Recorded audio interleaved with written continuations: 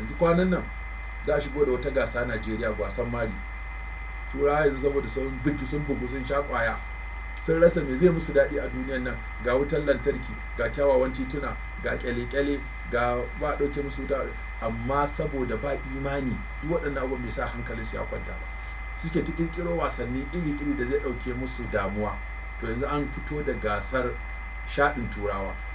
Su shaɗin turawa ƙato ne zai sa fulawa a hannunsa ya daddage ya zabgawa wani mari, sai lafari ya duba ya ga alƙalin gasar ya ga wani irin marin nan da aka yi masa ya gigita shi, shi ma sai a shirya wancan shi ma zo ya zabga masa mari.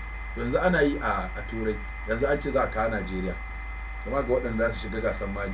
in san dai a musulunci manzon Allah sallallahu alaihi wasallam ya hana ko da zaka dake mutum kakka dake shi. Muna ta fama da ƴan uwan Fulani da suke shaɗi, suke ta zabga mutane sanda. Ga wani kuma yanzu shi kuma ya kama wani sabon shaɗi na turawa, shine na zabgawa juna mari. To kaga Annabi sallallahu alaihi wasallam ya hana waɗannan abubuwa, yace wala tanafasu wala tahasadu wala tabaghadu wala tadabaru wa kunu ibadallahi ikhwana. Kada ku yi juna hasada, kada ku dinga nuna juna kiyayya, kada ku dinga wato juyawa juna baya, ku kasance yan uwan Allah bayi.